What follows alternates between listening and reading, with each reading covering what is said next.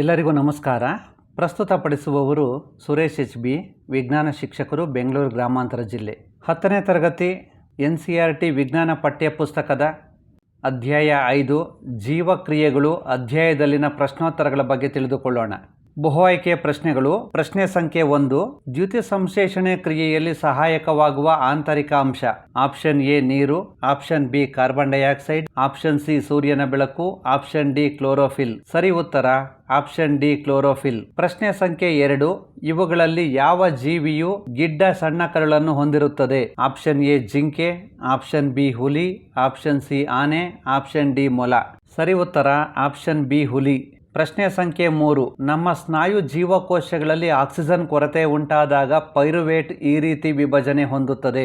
Option A lactic ಆಮ್ಲ ಮತ್ತು ಶಕ್ತಿ, option B ethanol carbon dioxide ಮತ್ತು ಶಕ್ತಿ, ಆಪ್ಷನ್ ಸಿ ಕಾರ್ಬನ್ ಡೈಆಕ್ಸೈಡ್ ನೀರು ಮತ್ತು ಶಕ್ತಿ, ಆಪ್ಷನ್ ಡಿ ಗ್ಲೂಕೋಸ್ ನೀರು ಮತ್ತು ಶಕ್ತಿ. ಸರಿ ಉತ್ತರ ಆಪ್ಷನ್ ಎ ಲ್ಯಾಕ್ಟಿಕ್ ಆಮ್ಲ ಮತ್ತು ಶಕ್ತಿ. ಪ್ರಶ್ನೆ ಸಂಖ್ಯೆ 4, ಗಂಟಲಿನಲ್ಲಿ ಗಾಳಿ ಹಾದು ಹೋಗುವ ಮಾರ್ಗವು ಕುಸಿಯದಂತೆ ನೋಡಿಕೊಳ್ಳುವ ರಚನೆಗಳು. ಆಪ್ಷನ್ ಎ ಮೃದ್ವಸ್ಥಿಯ ಉಂಗುರಗಳು, ಆಪ್ಷನ್ ಬಿ ಗಾಳಿಗೂಡುಗಳು, ಆಪ್ಷನ್ ಸಿ ಶ್ವಾಸನಳಿಕೆ, ಆಪ್ಷನ್ ಡಿ ಧ್ವನಿ ಪೆಟ್ಟಿಗೆ. ಸರಿ ಉತ್ತರ ಆಪ್ಷನ್ ಎ ಮೃದ್ವಸ್ಥಿಯ ಉಂಗುರಗಳು. ಪ್ರಶ್ನೆ ಸಂಖ್ಯೆ 5, ಯಕೃತ್ತಿನಿಂದ ಪಿತ್ತರಸವನ್ನು ಸ್ವೀಕರಿಸುವ ಜೀರ್ಣಾಂಗ ವ್ಯೂಹದ ಭಾಗ. ಆಪ್ಷನ್ ಎ ಜಠರ, ಆಪ್ಷನ್ ಬಿ ಸಣ್ಣ ಕರಳು, ಆಪ್ಷನ್ ಸಿ ದೊಡ್ಡ ಕರಳು, ಆಪ್ಷನ್ ಡಿ ಅನ್ನನಾಳ. ಸರಿ ಉತ್ತರ ಆಪ್ಷನ್ ಬಿ ಸಣ್ಣ ಕರಳು. ಪ್ರಶ್ನೆ ಸಂಖ್ಯೆ 6, ಕೆಳಗಿನವುಗಳಲ್ಲಿ ಒಂದು ಸ್ರವಿಕೆಯು ಜಠರದ ಒಳಗೋಡೆಯನ್ನು ಆಮ್ಲಗಳಿಂದ ರಕ್ಷಿಸುತ್ತದೆ. Option A pepsin, option B ಲೋಳೆ, ಆಪ್ಷನ್ ಸಿ ಲಾಲಾರಸದ ಅಮೈಲೇಸ್, ಆಪ್ಷನ್ ಡಿ ಪಿತ್ತರಸ. ಸರಿ ಉತ್ತರ ಆಪ್ಷನ್ ಬಿ ಲೋಳೆ. ಪ್ರಶ್ನೆ ಸಂಖ್ಯೆ 7, ಮೂತ್ರದ ಸೋಸುವಿಕೆ ಘಟಕಗಳನ್ನು ಹೀಗೆ ಕರೆಯುತ್ತಾರೆ. ಆಪ್ಷನ್ ಎ ನೆಫ್ರಾನ್ಗಳು, ಆಪ್ಷನ್ ಬಿ ನ್ಯೂರಾನ್ಗಳು, ಆಪ್ಷನ್ ಸಿ ಮೂತ್ರನಾಳ, ಆಪ್ಷನ್ ಡಿ ಮೂತ್ರಕೋಶ. ಸರಿ ಉತ್ತರ ಆಪ್ಷನ್ ಎ ನೆಫ್ರಾನ್ಗಳು. ಪ್ರಶ್ನೆ ಸಂಖ್ಯೆ 8, ಜೀರ್ಣಕ್ರಿಯೆ ಪ್ರಕ್ರಿಯೆಯಲ್ಲಿ ಆಹಾರದ ಜೊತೆ ಮೊದಲು ಮಿಶ್ರಣಗೊಳ್ಳುವ ಕಿಣ್ವ. Option A pepsin, option B cellulose, option C amylase, option D trypsin. ಸರಿ ಉತ್ತರ ಆಪ್ಷನ್ ಸಿ ಅಮೈಲೇಸ್. ಪ್ರಶ್ನೆ ಸಂಖ್ಯೆ 9, ದೇಹದಲ್ಲಿ ಮೂತ್ರವು ಚಲಿಸುವ ಸರಿಯಾದ ಮಾರ್ಗ. ಆಪ್ಷನ್ ಎ ಮೂತ್ರಪಿಂಡ, ಮೂತ್ರನಾಳ, ಮೂತ್ರದ್ವಾರ, ಮೂತ್ರಕೋಶ. ಆಪ್ಷನ್ ಬಿ ಮೂತ್ರಪಿಂಡ, ಮೂತ್ರಕೋಶ, ಮೂತ್ರದ್ವಾರ, ಮೂತ್ರನಾಳ. ಆಪ್ಷನ್ ಸಿ ಮೂತ್ರಪಿಂಡ, ಮೂತ್ರನಾಳ, ಮೂತ್ರಕೋಶ, ಮೂತ್ರದ್ವಾರ. ಆಪ್ಷನ್ ಡಿ ಮೂತ್ರಕೋಶ, ಮೂತ್ರಪಿಂಡ, ಮೂತ್ರನಾಳ, ಮೂತ್ರದ್ವಾರ. ಸರಿ ಉತ್ತರ ಆಪ್ಷನ್ ಸಿ ಮೂತ್ರಪಿಂಡ, ಮೂತ್ರನಾಳ, ಮೂತ್ರಕೋಶ, ಮೂತ್ರದ್ವಾರ. ಪ್ರಶ್ನೆ ಸಂಖ್ಯೆ 10, ದ್ಯುತಿ ಸಂಶ್ಲೇಷಣೆ ಕ್ರಿಯೆ ನಡೆಯುವಾಗ ಬಿಡುಗಡೆಗೊಳ್ಳುವ ಆಕ್ಸಿಜನ್ ಇದರಿಂದ ಬಿಡುಗಡೆಗೊಳ್ಳುತ್ತದೆ. ಆಪ್ಷನ್ ಎ ನೀರು, option B chlorophyll, option C carbon dioxide, option D glucose. ಸರಿ ಉತ್ತರ ಆಪ್ಷನ್ ಎ ನೀರು. ಪ್ರಶ್ನೆ ಸಂಖ್ಯೆ 11, ಗಾಳಿಗೆ ತೆರೆದ ಸಸ್ಯದ ಭಾಗಗಳಿಂದ ಆವಿಯ ರೂಪದಲ್ಲಿ ನೀರು ನಷ್ಟವಾಗುವುದನ್ನು ಹೀಗೆನ್ನುತ್ತೇವೆ. ಆಪ್ಷನ್ ಎ ಬಾಷ್ಪ ವಿಸರ್ಜನೆ, ಆಪ್ಷನ್ ಬಿ ದ್ಯುತಿ ಸಂಶ್ಲೇಷಣೆ, ಆಪ್ಷನ್ ಸಿ ವಸ್ತು ಸ್ಥಾನಾಂತರಣ, ಆಪ್ಷನ್ ಡಿ ಅಭಿಸರಣ ಒತ್ತಡ. ಸರಿ ಉತ್ತರ ಆಪ್ಷನ್ ಎ ಬಾಷ್ಪ ವಿಸರ್ಜನೆ. ಪ್ರಶ್ನೆ ಸಂಖ್ಯೆ 12, ಕೆಳಗೆ ಕೊಟ್ಟಿರುವ ಕಶೇರುಕಗಳ ವರ್ಗದ ಪ್ರಾಣಿಗಳಲ್ಲಿ ಹೃದಯವು ಆಕ್ಸಿಜನ್ ಸಮೃದ್ಧ ರಕ್ತವನ್ನು ಪಂಪ್ ಮಾಡುವುದಿಲ್ಲ. ಆಪ್ಷನ್ ಎ ಮೀನುಗಳು ಮತ್ತು ಉಭಯವಾಸಿಗಳು, ಆಪ್ಷನ್ ಬಿ ಉಭಯವಾಸಿಗಳು ಮತ್ತು ಸರೀಸೃಪಗಳು, ಆಪ್ಷನ್ ಸಿ ಉಭಯವಾಸಿಗಳು ಮಾತ್ರ, ಆಪ್ಷನ್ ಡಿ ಮೀನುಗಳು ಮಾತ್ರ. ಸರಿ ಉತ್ತರ ಆಪ್ಷನ್ ಡಿ ಮೀನುಗಳು ಮಾತ್ರ. ಪ್ರಶ್ನೆ ಸಂಖ್ಯೆ 13, ಉಸಿರಾಟದ ಸಮಯದಲ್ಲಿ ಅನಿಲಗಳ ವಿನಿಮಯ ಇಲ್ಲಿ ನಡೆಯುತ್ತದೆ. ಆಪ್ಷನ್ ಎ ಶ್ವಾಸನಾಳ ಮತ್ತು ಧ್ವನಿ ಪೆಟ್ಟಿಗೆ, ಆಪ್ಷನ್ ಬಿ ಶ್ವಾಸಕೋಶದ ಗಾಳಿಗೂಡುಗಳು ಮತ್ತು ರಕ್ತನಾಳಗಳು, ಆಪ್ಷನ್ ಸಿ ಗಾಳಿಗೂಡುಗಳು ಮತ್ತು ಗಂಟಲು, ಆಪ್ಷನ್ ಡಿ ಗಂಟಲು ಮತ್ತು ಧ್ವನಿ ಪೆಟ್ಟಿಗೆ. ಸರಿ ಉತ್ತರ ಆಪ್ಷನ್ ಬಿ ಶ್ವಾಸಕೋಶದ ಗಾಳಿಗೂಡುಗಳು ಮತ್ತು ರಕ್ತನಾಳಗಳು. ಪ್ರಶ್ನೆ ಸಂಖ್ಯೆ 14, ಮಾನವನ ದೇಹದ ಅತಿ ದೊಡ್ಡ ಅಪಧಮನಿ. ಆಪ್ಷನ್ ಎ ಮಹಾಪಧಮನಿ, ಆಪ್ಷನ್ ಬಿ ಪುಪ್ಪುಸಕ ಅಪಧಮನಿ, ಆಪ್ಷನ್ ಸಿ ಕರೋನರಿ ಅಪಧಮನಿ, ಆಪ್ಷನ್ ಡಿ ಉಚ್ಚ ಅಭಿಧಮನಿ. ಸರಿ ಉತ್ತರ ಆಪ್ಷನ್ ಎ ಮಹಾಪಧಮನಿ ಅಯೋರ್ಟಾ. ಪ್ರಶ್ನೆ ಸಂಖ್ಯೆ 15, ಇವುಗಳಲ್ಲಿ ಯಾವುದು ಹೃದಯದ ಸ್ನಾಯುಗಳು ಸಂಕುಚಿಸಿದಾಗ ರಕ್ತವು ಹಿಮ್ಮುಖವಾಗಿ ಹರಿಯುವುದನ್ನು ತಡೆಯುತ್ತವೆ? ಆಪ್ಷನ್ ಎ ಕವಾಟಗಳು, ಆಪ್ಷನ್ ಬಿ ಸೆಪ್ಟಮ್ ಪೊರೆ, ಆಪ್ಷನ್ ಸಿ ಅಭಿಧಮನಿಗಳು, ಆಪ್ಷನ್ ಡಿ ಅಪಧಮನಿಗಳು. ಸರಿಯಾದ ಉತ್ತರ ಆಪ್ಷನ್ ಎ ಕವಾಟಗಳು. ಪ್ರಶ್ನೆ ಸಂಖ್ಯೆ 16, ಸಸ್ಯಗಳಲ್ಲಿ ಝೈಲಮ್ನ ಹೊಣೆಗಾರಿಕೆ. ಆಪ್ಷನ್ ಎ ನೀರಿನ ಸಾಗಾಣಿಕೆ, ಆಪ್ಷನ್ ಬಿ ಆಹಾರದ ಸಾಗಾಣಿಕೆ, ಆಪ್ಷನ್ ಸಿ ಅಮೈನೋ ಆಮ್ಲಗಳ ಸಾಗಾಣಿಕೆ, ಆಪ್ಷನ್ ಡಿ ಆಕ್ಸಿಜನ್ ಸಾಗಾಣಿಕೆ. ಸರಿ ಉತ್ತರ ಆಪ್ಷನ್ ಎ ನೀರಿನ ಸಾಗಾಣಿಕೆ. ಪ್ರಶ್ನೆ ಸಂಖ್ಯೆ 17 ಮನುಷ್ಯರಲ್ಲಿ ಮೂತ್ರಪಿಂಡಗಳ ಪ್ರಮುಖ ಕಾರ್ಯ. ಆಪ್ಷನ್ ಎ ಪೋಷಣೆ, ಆಪ್ಷನ್ ಬಿ ಉಸಿರಾಟ, ಆಪ್ಷನ್ ಸಿ ವಿಸರ್ಜನೆ, ಆಪ್ಷನ್ ಡಿ ಸಾಗಾಣಿಕೆ. ಸರಿ ಉತ್ತರ ಆಪ್ಷನ್ ಸಿ ವಿಸರ್ಜನೆ. ಪ್ರಶ್ನೆ ಸಂಖ್ಯೆ 18 ಪೈರುವೇಟ್ನ ವಿಭಜನೆಯಿಂದ ಕಾರ್ಬನ್ ಡೈಆಕ್ಸೈಡ್, ನೀರು ಮತ್ತು ಶಕ್ತಿ ಬಿಡುಗಡೆಯಾಗುವ ಸ್ಥಳ. Option A mitochondria, option B ಕೋಶದ್ರವ್ಯ, option C chloroplast, option D nucleus. ಸರಿ ಉತ್ತರ ಆಪ್ಷನ್ ಎ ಮೈಟೋಕಾಂಡ್ರಿಯಾ. ಪ್ರಶ್ನೆ ಸಂಖ್ಯೆ 19 ಪತ್ರರಂಧ್ರಗಳ ತೆರೆಯುವಿಕೆ ಮತ್ತು ಮುಚ್ಚುವಿಕೆ ಇದನ್ನು ಅವಲಂಬಿಸಿದೆ. Option A oxygen, option B ಕಾವಲು ಜೀವಕೋಶಗಳಲ್ಲಿ ಇರುವ ನೀರು, ಆಪ್ಷನ್ ಸಿ ತಾಪ, ಆಪ್ಷನ್ ಡಿ ಪತ್ರರಂಧ್ರದಲ್ಲಿರುವ ಕಾರ್ಬನ್ ಡೈಆಕ್ಸೈಡ್ ಸಾಂದ್ರತೆ. ಸರಿ ಉತ್ತರ ಆಪ್ಷನ್ ಸಿ ತಾಪ. ಪ್ರಶ್ನೆ ಸಂಖ್ಯೆ 20 ಕೆಳಗೆ ಕೊಟ್ಟಿರುವ ಯಾವ ಜೀವಿಯಲ್ಲಿ ಉಸಿರಾಟದ ವೇಗ ಹೆಚ್ಚು. ಆಪ್ಷನ್ ಎ ಮೀನು, ಆಪ್ಷನ್ ಬಿ ಕಪ್ಪೆ, ಆಪ್ಷನ್ ಸಿ ಹಾವು, ಆಪ್ಷನ್ ಡಿ ಹಲ್ಲಿ. ಸರಿ ಉತ್ತರ ಆಪ್ಷನ್ ಎ ಮೀನು. ಪ್ರಶ್ನೆ ಸಂಖ್ಯೆ 21 ಸಾಗಾಣಿಕೆಯಲ್ಲಿ ಪತ್ರರಂಧ್ರಗಳ ಮಹತ್ವದ ಪಾತ್ರವೆಂದರೆ. ಆಪ್ಷನ್ ಎ ಮೇಲ್ಮುಖ ಸೆಳೆತವನ್ನು ಸೃಷ್ಟಿಸುವುದು, ಆಪ್ಷನ್ ಬಿ ಕಾರ್ಬನ್ ಡೈಆಕ್ಸೈಡ್ ಅನ್ನು ಹೀರುವುದು, ಆಪ್ಷನ್ ಸಿ ಆಕ್ಸಿಜನ್ ಬಿಡುಗಡೆ ಮಾಡುವುದು, ಆಪ್ಷನ್ ಡಿ ನಿರಂತರ ಬಾಷ್ಪ ವಿಸರ್ಜನೆ ಮಾಡುವುದು. ಸರಿ ಉತ್ತರ ಆಪ್ಷನ್ ಎ ಮೇಲ್ಮುಖ ಸೆಳೆತವನ್ನು ಸೃಷ್ಟಿಸುವುದು. ಪ್ರಶ್ನೆ ಸಂಖ್ಯೆ 22 ಪರಪೋಷಣೆಯಲ್ಲಿ ಜರುಗಬಹುದಾದ ಒಂದು ಘಟನೆ ಎಂದರೆ. Option A carbon dioxide carbohydrate ಆಗಿ ಪರಿವರ್ತನೆಗೊಳ್ಳುವುದು, ಆಪ್ಷನ್ ಬಿ ಬಳಕೆಯಾದ ಕಾರ್ಬೋಹೈಡ್ರೇಟ್ ಪಿಷ್ಟದ ರೂಪದಲ್ಲಿ ಸಂಗ್ರಹವಾಗುವುದು, ಆಪ್ಷನ್ ಸಿ ಹೆಚ್ಚಾದ ಗ್ಲೂಕೋಸ್ ಗ್ಲೈಕೋಜನ್ ಆಗಿ ಪರಿವರ್ತನೆಯಾಗುವುದು, ಆಪ್ಷನ್ ಡಿ ನೀರಿನ ಅಣುಗಳು ಹೈಡ್ರೋಜನ್ ಹಾಗೂ ಆಕ್ಸಿಜನ್ ಅಣುಗಳಾಗಿ ವಿಭಜನೆಗೊಳ್ಳುವುದು. ಸರಿ ಉತ್ತರ option A carbon dioxide carbohydrate ಆಗಿ ಪರಿವರ್ತನೆಗೊಳ್ಳುವುದು. ಪ್ರಶ್ನೆ ಸಂಖ್ಯೆ 23 ಸಣ್ಣ ಕರುಳಿನಲ್ಲಿ ನಡೆಯುವ ಜೀರ್ಣಕ್ರಿಯೆಗೆ ಸಂಬಂಧಿಸಿದಂತೆ ಸರಿಯಾದ ಹೇಳಿಕೆ ಎಂದರೆ.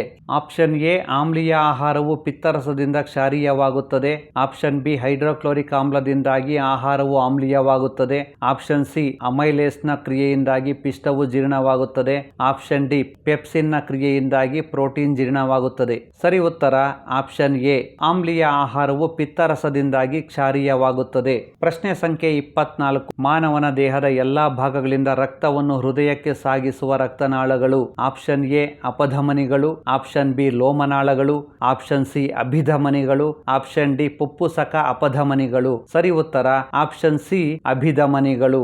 ಪ್ರಶ್ನೆ ಸಂಖ್ಯೆ 25 ಈ ಪ್ರಕ್ರಿಯೆಯಿಂದ ಸಸ್ಯಗಳು ಹೆಚ್ಚಿನ ನೀರನ್ನು ಹೊರಹಾಕುತ್ತವೆ. ಆಪ್ಷನ್ ಎ ದ್ಯುತಿ ಸಂಶ್ಲೇಷಣೆ, ಆಪ್ಷನ್ ಬಿ ಬಾಷ್ಪ ವಿಸರ್ಜನೆ, ಆಪ್ಷನ್ ಸಿ ಉಸಿರಾಟ, ಆಪ್ಷನ್ ಡಿ ವಸ್ತು ಸ್ಥಾನಾಂತರಣ. ಸರಿ ಉತ್ತರ ಆಪ್ಷನ್ ಬಿ ಬಾಷ್ಪ ವಿಸರ್ಜನೆ. ಪ್ರಶ್ನೆ ಸಂಖ್ಯೆ 26 ಮಾನವನ ವಿಸರ್ಜನಾಂಗ ವ್ಯೂಹದಲ್ಲಿ ಮೂತ್ರ ಹರಿಯುವ ಸರಿಯಾದ ಮಾರ್ಗ. ಆಪ್ಷನ್ ಎ ಮೂತ್ರಪಿಂಡದಿಂದ ಮೂತ್ರನಾಳ, ಮೂತ್ರನಾಳದಿಂದ ಮೂತ್ರದ್ವಾರ, ಮೂತ್ರದ್ವಾರದಿಂದ ಮೂತ್ರಕೋಶಕ್ಕೆ, ಆಪ್ಷನ್ ಬಿ ಮೂತ್ರಪಿಂಡದಿಂದ ಮೂತ್ರಕೋಶಕ್ಕೆ, ಮೂತ್ರಕೋಶದಿಂದ ಮೂತ್ರದ್ವಾರಕ್ಕೆ, ಮೂತ್ರದ್ವಾರದಿಂದ ಮೂತ್ರನಾಳಕ್ಕೆ, ಆಪ್ಷನ್ ಸಿ ಮೂತ್ರಪಿಂಡದಿಂದ ಮೂತ್ರನಾಳಕ್ಕೆ, ಮೂತ್ರನಾಳದಿಂದ ಮೂತ್ರಕೋಶಕ್ಕೆ, ಮೂತ್ರಕೋಶದಿಂದ ಮೂತ್ರದ್ವಾರಕ್ಕೆ, ಆಪ್ಷನ್ ಡಿ ಮೂತ್ರಕೋಶದಿಂದ ಮೂತ್ರಪಿಂಡಕ್ಕೆ, ಮೂತ್ರಪಿಂಡದಿಂದ ಮೂತ್ರನಾಳಕ್ಕೆ, ಮೂತ್ರನಾಳದಿಂದ ಮೂತ್ರದ್ವಾರಕ್ಕೆ. ಸರಿ ಉತ್ತರ ಆಪ್ಷನ್ ಸಿ ಮೂತ್ರಪಿಂಡದಿಂದ ಮೂತ್ರನಾಳಕ್ಕೆ, ಮೂತ್ರನಾಳದಿಂದ ಮೂತ್ರಕೋಶಕ್ಕೆ, ಮೂತ್ರಕೋಶದಿಂದ ಮೂತ್ರದ್ವಾರಕ್ಕೆ. 1 ಅಂಕದ ಪ್ರಶ್ನೆಗಳಿಗೆ ಉತ್ತರಿಸೋಣ. ಪ್ರಶ್ನೆ ಸಂಖ್ಯೆ 1 ಜೀವಕ್ರಿಯೆಗಳು ಎಂದರೇನು? ಜೀವಕ್ರಿಯೆಗಳು ಯಾವುವು? ಬದುಕುಳಿಯಲು ಅಥವಾ ಜೀವದ ನಿರ್ವಹಣೆಗೆ ಜೀವಿಗಳಲ್ಲಿ ಕಂಡುಬರುವ ಅತ್ಯಗತ್ಯ ಮೂಲಭೂತ ಕ್ರಿಯೆಗಳು ಮತ್ತು ಕಾರ್ಯಗಳಿಗೆ ಜೀವಕ್ರಿಯೆಗಳು ಎನ್ನುತ್ತೇವೆ. ಪೋಷಣೆ, ಉಸಿರಾಟ, ವಸ್ತುಗಳ ಸಾಗಾಣಿಕೆ, ವಿಸರ್ಜನೆ ಇತ್ಯಾದಿ. ಪ್ರಶ್ನೆ ಸಂಖ್ಯೆ 2 ಪೋಷಣೆ ಎಂದರೇನು? ಉತ್ತರ ಒಂದು ಜೀವಿಯು ತನ್ನ ಅನೇಕ ಅವಶ್ಯಕತೆಗಳನ್ನು ಪೂರೈಸಿಕೊಳ್ಳಲು ಅಗತ್ಯವಾದ ಶಕ್ತಿಯನ್ನು ಪಡೆಯಲು ಆಹಾರವನ್ನು ಸೇವಿಸಿ ಜೀರ್ಣಿಸಿ ದೇಹದಲ್ಲಿ ಬಳಸಿಕೊಳ್ಳುವುದಕ್ಕೆ ಪೋಷಣೆ ಎನ್ನುತ್ತೇವೆ. ಪ್ರಶ್ನೆ ಸಂಖ್ಯೆ 3 ಉಸಿರಾಟ ಎಂದರೇನು? ಉಸಿರಾಟದ 2 ವಿಧಗಳು ಯಾವುವು? ಆಹಾರದಲ್ಲಿನ ಶಕ್ತಿಯನ್ನು ಉತ್ಕರ್ಷಣದ ಮೂಲಕ ಬಿಡುಗಡೆ ಮಾಡುವ ಪ್ರಕ್ರಿಯೆಗೆ ಉಸಿರಾಟ ಎನ್ನುತ್ತೇವೆ. ಉಸಿರಾಟದ 2 ವಿಧಗಳು ಯಾವುವೆಂದರೆ ಆಕ್ಸಿಜನ್ ಸಹಿತ ಉಸಿರಾಟ ಮತ್ತು ಆಕ್ಸಿಜನ್ ರಹಿತ ಉಸಿರಾಟ ಅಥವಾ ವಾಯುವಿಕ ಉಸಿರಾಟ ಮತ್ತು ಅವಾಯುವಿಕ ಉಸಿರಾಟ.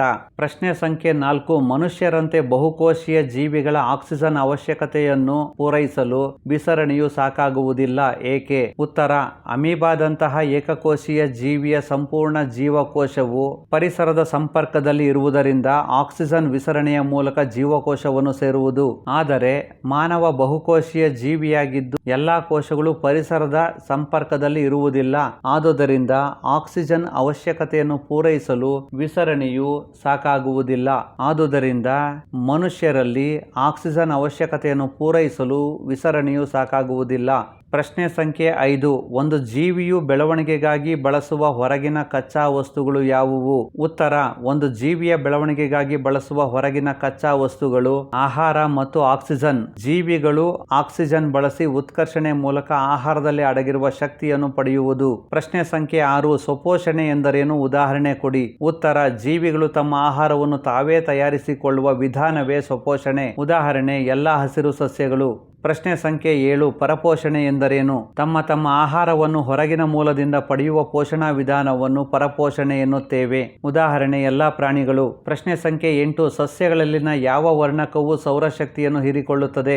ಉತ್ತರ: ಕ್ಲೋರೋಫಿಲ್ ಅಥವಾ ಪತ್ರಹರಿತ್ತು. ಪ್ರಶ್ನೆ ಸಂಖ್ಯೆ 9. ಆಹಾರವನ್ನು ತಯಾರಿಸಲು ಅಗತ್ಯವಾದ ಕಾರ್ಬನ್ ಡೈಆಕ್ಸೈಡ್ ಮತ್ತು ನೈಟ್ರೋಜನ್ ಅನ್ನು ಸ್ವಪೋಷಕಗಳು ಹೇಗೆ ಪಡೆದುಕೊಳ್ಳುತ್ತವೆ? ಉತ್ತರ: ಸಸ್ಯಗಳು ಕಾರ್ಬನ್ ಡೈಆಕ್ಸೈಡ್ ಅನ್ನು ಪತ್ರರಂಧ್ರಗಳ ಮೂಲಕ ವಾತಾವರಣದಿಂದ ಪಡೆದುಕೊಳ್ಳುತ್ತವೆ. ಸಸ್ಯಗಳು ನೈಟ್ರೋಜನ್ ಅನ್ನು ನೈಟ್ರೇಟ್ ಅಥವಾ ನೈಟ್ರೈಟ್ಗಳ ರೂಪದಲ್ಲಿ ಮಣ್ಣಿನಿಂದ ಪಡೆದುಕೊಳ್ಳುತ್ತವೆ. ಪ್ರಶ್ನೆ ಸಂಖ್ಯೆ 10. ಮರುಭೂಮಿಯ ಸಸ್ಯಗಳು ಯಾವ ಹೊತ್ತಿನಲ್ಲಿ ಕಾರ್ಬನ್ ಡೈಆಕ್ಸೈಡ್ ಅನ್ನು ಒಳತೆಗೆದುಕೊಳ್ಳುತ್ತವೆ? ಉತ್ತರ: ಮರುಭೂಮಿಯ ಸಸ್ಯಗಳು ಕಾರ್ಬನ್ ಡೈಆಕ್ಸೈಡ್ ಅನ್ನು ರಾತ್ರಿ ವೇಳೆಯಲ್ಲಿ ಒಳತೆಗೆದುಕೊಳ್ಳುತ್ತವೆ. ಪ್ರಶ್ನೆ ಸಂಖ್ಯೆ 11. ಪ್ರೋಟೀನ್ನ ಜೀರ್ಣಕ್ರಿಯೆಯನ್ನು ಪ್ರಾರಂಭಿಸುವ ಕಿಣ್ವ ಯಾವುದು?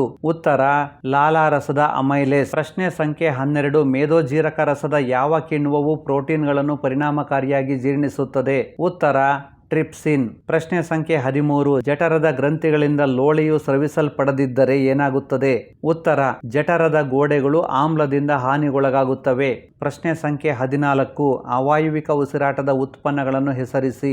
ಉತ್ತರ: ಎಥೆನಾಲ್ ಮತ್ತು ಕಾರ್ಬನ್ ಡೈಆಕ್ಸೈಡ್. ಪ್ರಶ್ನೆ ಸಂಖ್ಯೆ 15. ಸ್ತನಿಗಳಲ್ಲಿ ಮತ್ತು ಪಕ್ಷಿಗಳಲ್ಲಿ ಆಕ್ಸಿಜನ್ ಯುಕ್ತ ಮತ್ತು ಆಕ್ಸಿಜನ್ ರಿಕ್ತ ರಕ್ತವು ಪ್ರತ್ಯೇಕಿಸಲ್ಪಡುತ್ತದೆ ಏಕೆ? ಉತ್ತರ: ಸ್ತನಿಗಳು ಮತ್ತು ಪಕ್ಷಿಗಳು ಹೆಚ್ಚು ಚಟುವಟಿಕೆಯಿಂದ ಇರಲು ಹೆಚ್ಚು ಶಕ್ತಿಯ ಅವಶ್ಯಕತೆ ಇರುವುದರಿಂದ ಆಕ್ಸಿಜನ್ ಯುಕ್ತ ಮತ್ತು ಆಕ್ಸಿಜನ್ ರಿಕ್ತ ರಕ್ತವು ಪ್ರತ್ಯೇಕಿಸಲ್ಪಡುತ್ತದೆ. ಪ್ರಶ್ನೆ ಸಂಖ್ಯೆ 16. ಸ್ನಾಯುಕೋಶಗಳಲ್ಲಿ ಲ್ಯಾಕ್ಟಿಕ್ ಆಮ್ಲವು ಯಾವ ಸಂದರ್ಭದಲ್ಲಿ ಉತ್ಪತ್ತಿಯಾಗುತ್ತದೆ? ಉತ್ತರ: ಸ್ನಾಯುಕೋಶಗಳಲ್ಲಿ ಆಕ್ಸಿಜನ್ ಕೊರತೆ ಇದ್ದಾಗ ಲ್ಯಾಕ್ಟಿಕ್ ಆಮ್ಲವು ಉತ್ಪತ್ತಿಯಾಗುತ್ತದೆ. ಇದರಿಂದ ಸ್ನಾಯು ಸೆಳೆತ ಉಂಟಾಗುತ್ತದೆ. ಪ್ರಶ್ನೆ ಸಂಖ್ಯೆ 17. ಮೇದೋಜೀರಕ ರಸವು ಸ್ರವಿಸಲ್ಪಡುವ ಕಿಣ್ವಗಳನ್ನು ಹೆಸರಿಸಿ ಅವುಗಳ ಕಾರ್ಯವನ್ನು ತಿಳಿಸಿ. ಟ್ರಿಪ್ಸಿನ್ ಪ್ರೋಟೀನ್ ಅನ್ನು ಜೀರ್ಣಿಸುತ್ತದೆ. ಲೈಪೇಸ್ ವಿಭಿನ್ನ ಸಾಂದ್ರತೆ ಹೊಂದಿರುವ ಕೊಬ್ಬುಗಳ ಮಿಶ್ರಣವನ್ನು ಎಮಲ್ಸೀಕರಣಗೊಳಿಸುತ್ತದೆ. ಮೇದೋಜೀರಕ ರಸವು ಸ್ರವಿಸಲ್ಪಡುವ ಕಿಣ್ವಗಳು ಟ್ರಿಪ್ಸಿನ್ ಮತ್ತು ಲೈಪೇಸ್. ಟ್ರಿಪ್ಸಿನ್ ಪ್ರೋಟೀನ್ ಅನ್ನು ಜೀರ್ಣಿಸುತ್ತದೆ. ಲೈಪೇಸ್ ವಿಭಿನ್ನ ಸಾಂದ್ರತೆ ಹೊಂದಿರುವ ಕೊಬ್ಬುಗಳ ಮಿಶ್ರಣವನ್ನು ಎಮಲ್ಸೀಕರಣಗೊಳಿಸುತ್ತದೆ, ಅಂದರೆ ಕೊಬ್ಬಿನ ಎಮಲ್ಸೀಕರಣ ಕಾರ್ಯಕ್ಕೆ ಸಹಾಯ ಮಾಡುತ್ತದೆ. ಪ್ರಶ್ನೆ ಸಂಖ್ಯೆ 18. ನಮ್ಮ ಜಠರದಲ್ಲಿ ಆಮ್ಲದ ಪಾತ್ರವೇನು? ಉತ್ತರ: ಪೆಪ್ಸಿನ್ ಕಿಣ್ವದ ಕ್ರಿಯೆಯನ್ನು ಉತ್ತೇಜಿಸುತ್ತದೆ ಮತ್ತು ಆಮ್ಲೀಯ ಮಾಧ್ಯಮವನ್ನು ಉಂಟು ಮಾಡುತ್ತದೆ. ಆಹಾರದ ಮೂಲಕ ದೇಹವನ್ನು ಸೇರುವ ರೋಗಾಣುಗಳನ್ನು ನಾಶ ಮಾಡುತ್ತದೆ. ಆಹಾರದ ಜೀರ್ಣಕ್ರಿಯೆಗೆ ಸಹಾಯ ಮಾಡುತ್ತದೆ. ಪ್ರಶ್ನೆ ಸಂಖ್ಯೆ 19. ಗಾಳಿಗೂಡುಗಳು ಅಥವಾ ಆಲ್ವಿಯೋಲೈಗಳು ಎಂದರೇನು? ಉತ್ತರ: ಶ್ವಾಸನಾಳವು ಶ್ವಾಸಕೋಶದೊಳಗೆ ಅತಿ ಸಣ್ಣ ನಳಿಕೆಗಳಾಗಿ ವಿಭಜನೆ ಹೊಂದಿ ಅಂತಿಮವಾಗಿ ಬಲೂನಿನಂತಹ ರಚನೆಗಳಾಗಿ ಬದಲಾಗುತ್ತವೆ. ಅವುಗಳನ್ನು ಗಾಳಿಗೂಡುಗಳು ಅಥವಾ ಆಲ್ವಿಯೋಲೈಗಳು ಎನ್ನುತ್ತೇವೆ. ಪ್ರಶ್ನೆ ಸಂಖ್ಯೆ 20. ವಿಸರ್ಜನೆ ಎಂದರೇನು? ಉತ್ತರ: ಹಾನಿಕಾರಕ ಚಯಾಪಚಯ ತ್ಯಾಜ್ಯಗಳನ್ನು ದೇಹದಿಂದ ಹೊರಹಾಕುವ ಜೈವಿಕ ಪ್ರಕ್ರಿಯೆಯನ್ನು ವಿಸರ್ಜನೆ ಎನ್ನುತ್ತೇವೆ.